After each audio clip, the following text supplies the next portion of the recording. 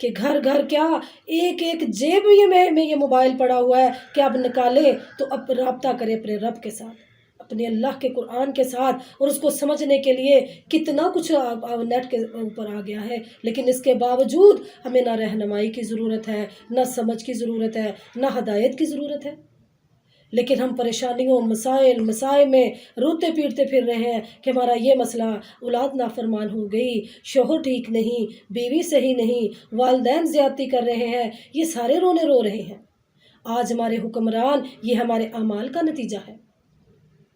کہ جس طرح کے ہمارے اعمال ہوں گے ویسے ہمارے حکمران ہوں گے، لیکن ہمیں اس کے کسی بھی طرف جانے کی ضرورت ہی نہیں۔ ہم کہتے ہیں اندھے کنویں میں پڑے، ہم اسی سے سر ٹکراتے رہیں گے، ہمیں تو کسی روشنی کی ضرورت نہیں، ہمیں تو باہر نکلنے کی ضرورت نہیں، ہم تو اسی میں ڈبکیاں مارتے مارتے آخر کار یہیں پہ اپنی جان دے دیں گے۔ تو یہ کتنی جہالت کی بات ہے۔ تو یہ جہالت میں روشنیاں لے کر آیا یہ قرآن، تو آج بھی ہمیں اسی روشنی، اسی ہدایت کی ضرورت ہے۔ کس کے لیے؟ سب سے پہلے تو مسلمانوں ہی کے لیے ضرورت ہے کہ ہمیں پتہ چلے کہ اللہ تبارک تعالیٰ نے مسلمان تو بن گئے، ایمان والے تو کہلا لیا، لیکن ہمیں اپنے نصاب کا، اپنے سلیبس کا، اپنے اللہ کے میسج کا پتہ ہی نہیں کہ کس طرح زندگی گزاریں گے تو کس طرح آسانیاں ہوں گی، اور کس طرح ہم معاملات میں پیچھے رہیں گے تو کس طرح مشکلات کا سامنا کرنا پڑے گا۔ مومن تو معاملات کے ساتھ پہچانا جاتا ہے، صوم و صلات سے نہیں پہچانا جاتا، لیکن یہ معاملات کرنے کے لیے ہمیں اس قرآن پاک سے رجوع کرنا پڑے گا، اس کو سمجھنا پڑے گا۔ عمل کی باری تو بعد میں آئے گی، لیکن ہم کہتے ہیں ہم بہت کچھ جانتے ہیں، الحمدللہ ہمیں سب پتہ ہے۔ تو یہ قرآن پاک کی توہین کر کے آج توہین رسالت پہ کتنا کچھ، ناموس رسالت پہ کیا کیا کچھ ہم خرافات ہی کر رہے ہیں۔ اپنی طرف سے تو ہم جانے دے رہے ہیں، لیکن عمل میں ایک بھی ہمارا عمل سنت رسول کے مطابق ہے ہی نہیں۔ وہ پتھر کھا کے دعا دینے والے، وہ کوڑا پھینکنے والوں کے گھر کا کام کرنے والے، انہی کے ہم یہ اتنی زیادہ وہ کر رہے ہیں نا، جشن منا رہے ہیں انہی کے ناموس پہ ہم تو جو قرآن کے ناموس ہم خود کر رہے ہیں کہ ہم اس کو سمجھ ہی نہیں رہے، اس کی شان کو سمجھ نہیں رہے۔ یہ ہمارے لیے چیخ چیخ کے ہمارے گھروں میں پڑا ہوا دہائی دے رہا ہے کہ آجو ہدایت کی طرف، آجو رہنمائی کی طرف۔ تو محمد رسول اللہ صلی اللہ علیہ وسلم نے بھی تو اس قرآن پہ چل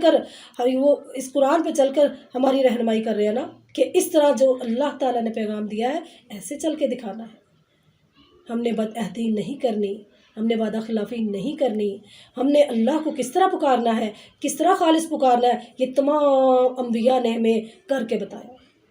آج ہم نے اپنے نفس کو ہی لا بنا رکھا ہے، ہم کہتے جو ہمارا دل کہتا ہے ہم نے وہ کرنا ہے۔ ہم نے نہ قرآن کی سننی ہے، نہ محمد رسول اللہ صلی اللہ علیہ وسلم کی سننی ہے۔ تو اس کی ناموس کا تبھی پتہ چلے گا نا جب ہم عمل پیرا ہوں گے۔ پھر اگر ہم اس کے ناموس کے لیے اٹھیں گے تو دنیا بھی، تمام دنیا اس بات کا اس کے اوپر اثر ہوگا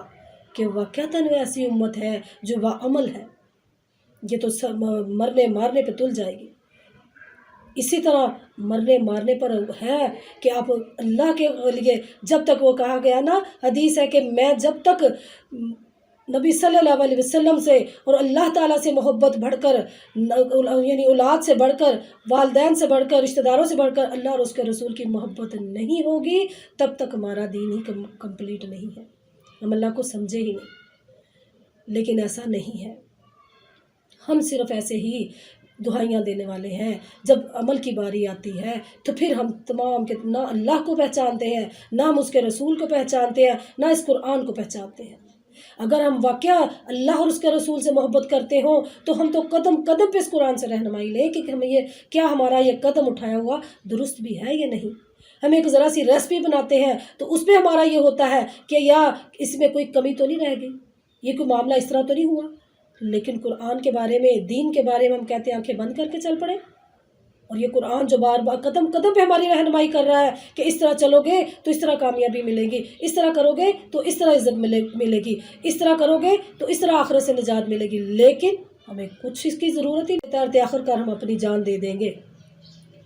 تو ہم مسلمان ہیں الحمدللہ، ہمیں خیر امت کہا گیا ہے کہ تم لوگوں کو برائی سے روکتے ہو اور نیکی کا حکم دیتے ہو۔